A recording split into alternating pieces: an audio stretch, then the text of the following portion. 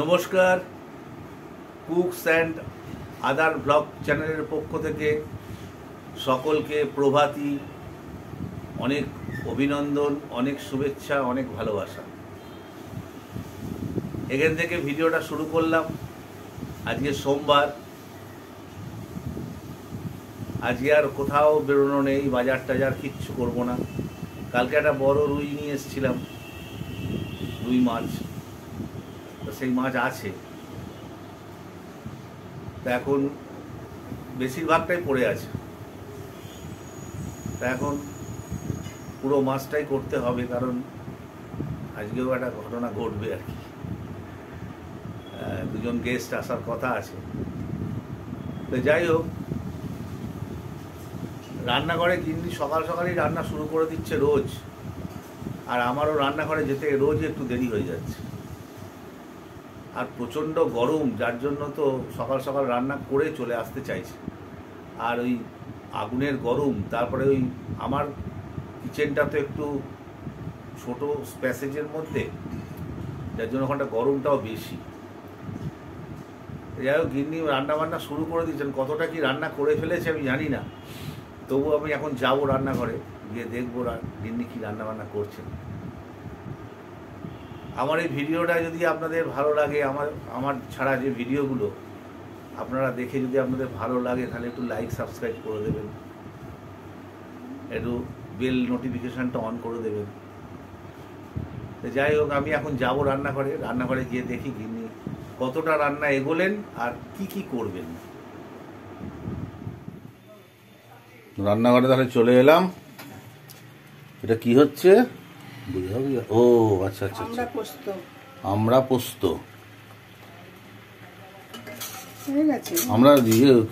আমরা যখন কাটলে ভেতরে আঁটি ছিল না, একদম না, এই আমরা এইটাই তো ভালো লাগবে। হয়ে গেছে তো, কখন চাপিয়েছো যে হয়েই গেল? হয়ে গেলে নামিয়ে নাও আর কি।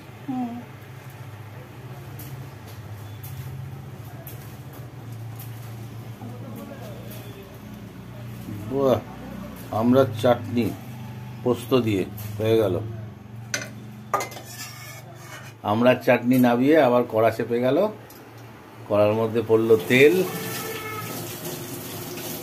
কি হবে? আলু ভেন্ডির তরকারি কাটাই রয়েছে এখানে, ঠিক আছে। তেলটা গরম হোক। তেল মোটামুটি গরম হয়ে গেল, দিয়ে দেওয়া হলো পেঁয়াজ।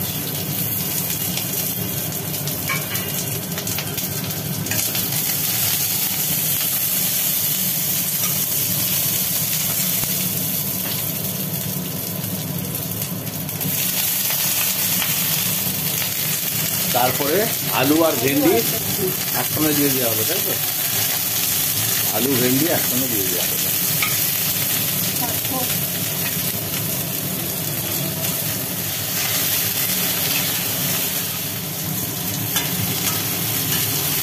আলু ভেন্ডিটা মোটামুটি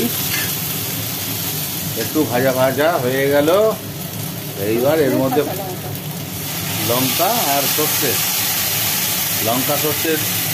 বাটার জলটা দিয়ে দেওয়া হলো।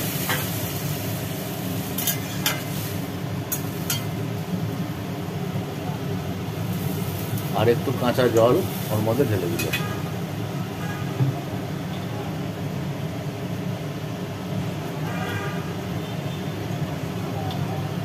দেওয়া হলো পরিমাপ মতো লবণ। হ্যাঁ,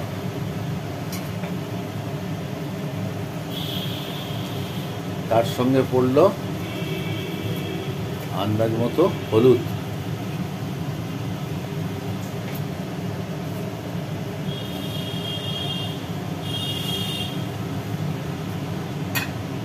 প্লেন আলু ভেন্ডির তরকারি চাপা পড়ে গেল, সেদ্ধ হোক।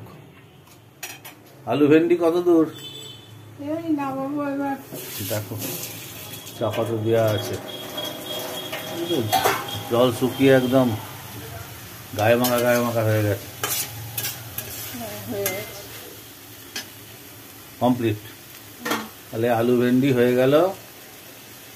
মশলা তো পড়লো ওই কাঁচা লঙ্কা, সর্ষের জল, আর ওদিকে একটু পেঁয়াজ, তাই তো? তো কিছু বললো না। সিদ্ধ খাওয়া যায়।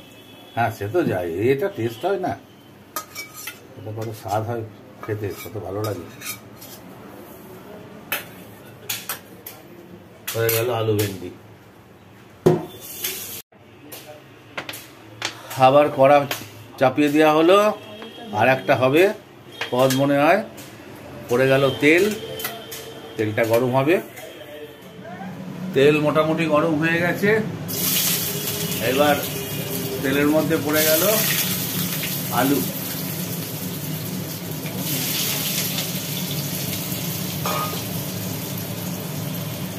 আলুগুলো একটু ভাজি ভাজি করা হবে।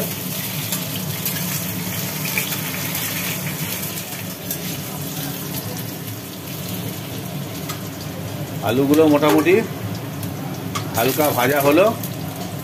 এবার আলুগুলোকে একটা একটা করে তুলে নেওয়া হচ্ছে।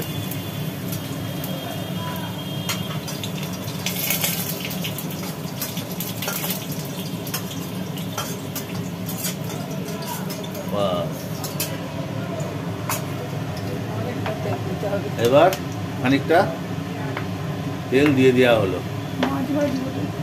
ও, মাছ ভাজা হবে।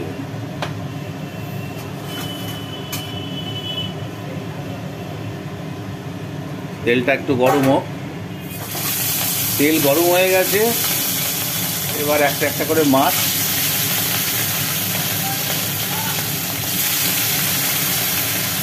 ভাজা হচ্ছে।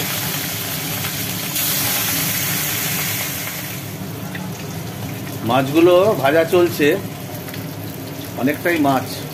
কালকে একটা বড় রুই মাছ নিয়ে এসেছিলাম, তো কালকে তো 4 পিস খাওয়া হয়েছিল, আর বাকি মাছটা আজকে সম্পূর্ণই করা হচ্ছে, কারণ আজকে 2জন গেস্ট আসবেন। ভালোই হলো, ঘরে মাছ ছিল।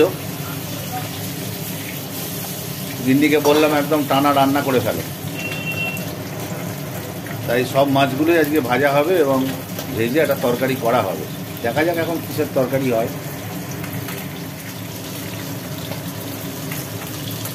মাছগুলো ভাজা হয়ে গেল তো নাকি?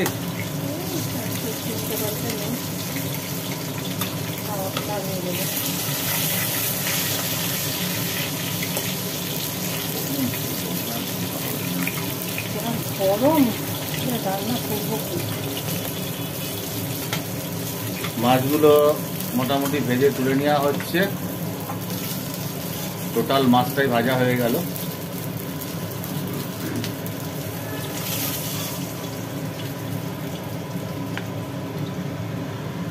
টোটাল মাছ ভাজা হয়ে গেছে।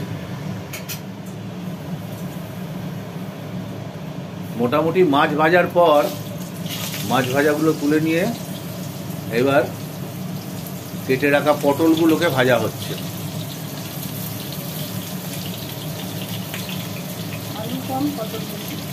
আলু ভাজা হলো, মাছ ভাজা হলো, এবার পটল ভাজা হচ্ছে।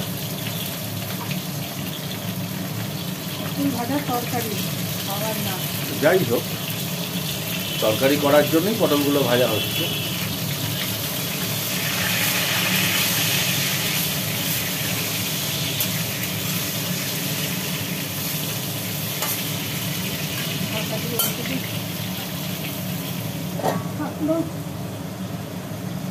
চাপা থাক। পটলগুলো মোটামুটি খুব ভালোভাবে ভাজা হয়ে গেছে।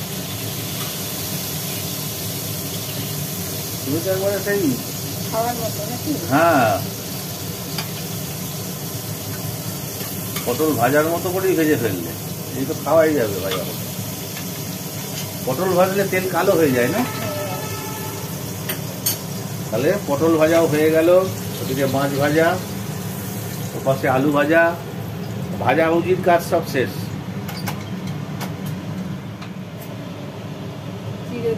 কড়াই আবার নতুন করে তেল চাপলো। তেলের মধ্যে পড়ে গেল জিরে, আস্ত জিরে।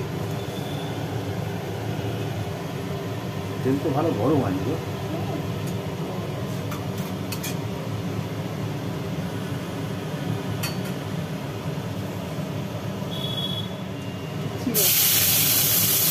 এইবার দেওয়া হলো জিরে বাটা।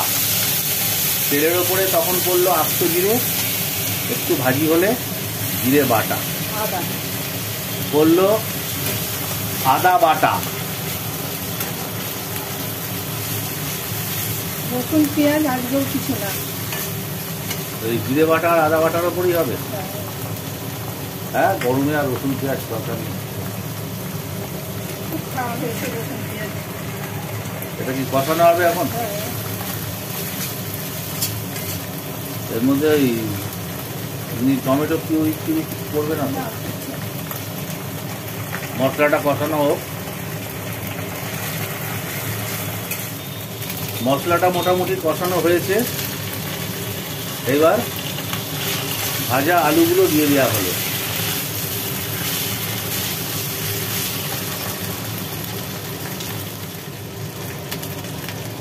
আচ্ছা, এরপরে পড়লো হচ্ছে পরিমাণ মতো হলুদ,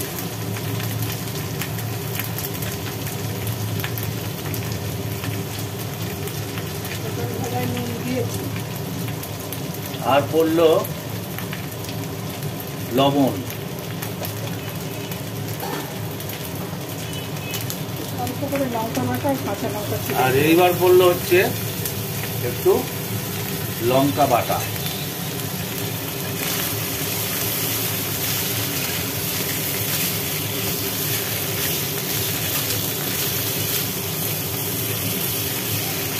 মশলাগুলোর সাথে আলুটাকে ভালো করে কষিয়ে নেওয়া হচ্ছে।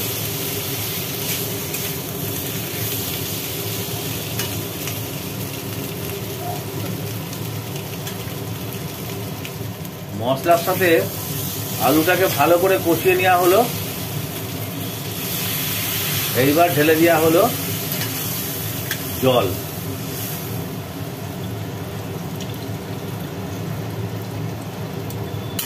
তরকারিটা কি একটু ঝোল ঝোল হবে? হ্যাঁ, তখন হবে আর অনেকটা তো জিরে বাটার জলটা দিয়ে দিলাম। জিরে বাটার জল দিয়ে দেওয়া হলো, চেরা কাঁচা লঙ্কা, লঙ্কা বাটা দিয়েছি। এবার পড়ে গেল চাপা। পরে মাছ আর পটল দেবো। আচ্ছা, ঢাকনা খোলা হলো, টকবক করে ফুটছে। আলু এখনো সেদ্ধ হবে তো? হ্যাঁ, পটল দিয়ে সেদ্ধ হবে, তারপরে ও, মাছ পটল দেওয়া হবে। দিলে একটা পটল পুড়ে গেছে। তলায় ছিল অতগুলো পটল একসঙ্গে ভেজেছো? যাক দিয়ে দেবো। স্বাদে তো আর খারাপ হবে না, ওইটুকু খোলা ইয়ে হয়েছে বলে। ঢাকনা দিয়ে দাও।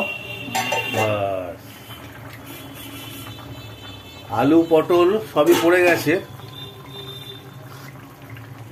এখন দিয়ে দেওয়ার পালা ভাজা মাছগুলো।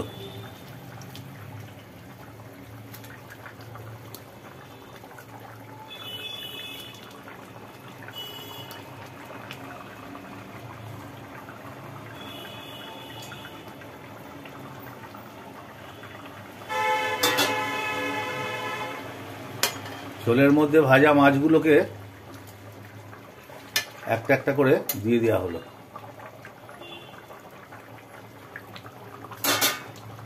এইবার চাপা দিয়ে রেখে দিই। আবার চাপা দিয়ে দেওয়া হলো। একটু পরে নামাবো। আচ্ছা, দেখি কি অবস্থা। তো হয়ে গেছে নাকি? দেখি আলু সেদ্ধ হচ্ছে নাকি। বাহ, সেদ্ধ হয়ে গেছে আলু। হয়ে গেছে। তাহলে ওতে ধরবে? না, গ্যাস অফ করে দিলাম, হয়ে গেছে। তাহলে কমপ্লিট, তাই তো? হ্যাঁ। গিন্নি রন্ধনে ব্যস্ত, প্রচণ্ড টেম্পারেচার। আমি দূরে চলে এসেছি, দেখছেন তো কড়া থেকে ধোঁয়া উঠছে, তার মানে ওখানটা কী টেম্পারেচার। কড়া থেকে কিছু তুলছে, আমি দূরেই রয়েছি। আমি যাব, এইবার কাছে যাব, গিয়ে দেখি কি করছে।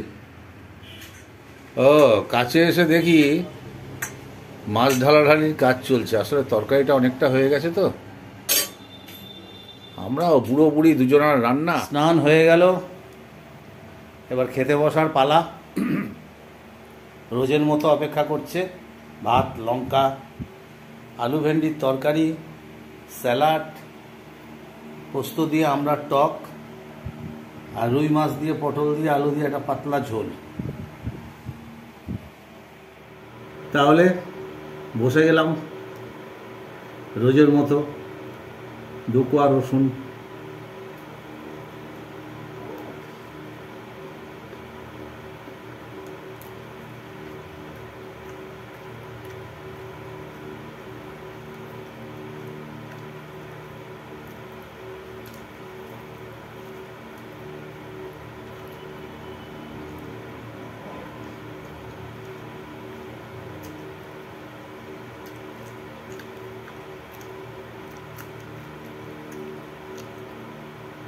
আলু ভেন্ডি দিয়ে শুকনো শুকনো তরকারি ভালো লাগে।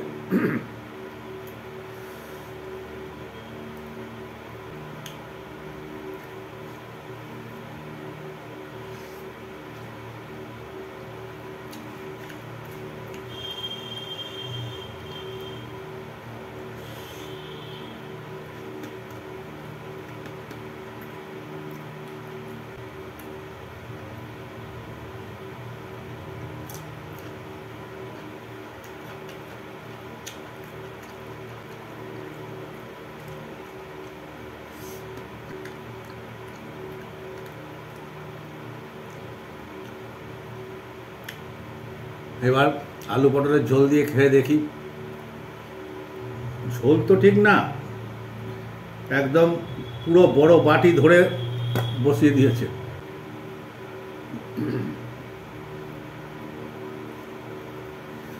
ঝোলই গায়ে মাখা ঝোলটা করেছে আর কি।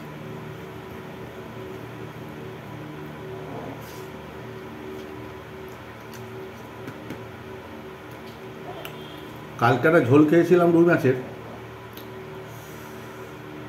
সম্ভবত ঝিঙে দিয়ে, ওটা একটু লাইট হয়েছিল।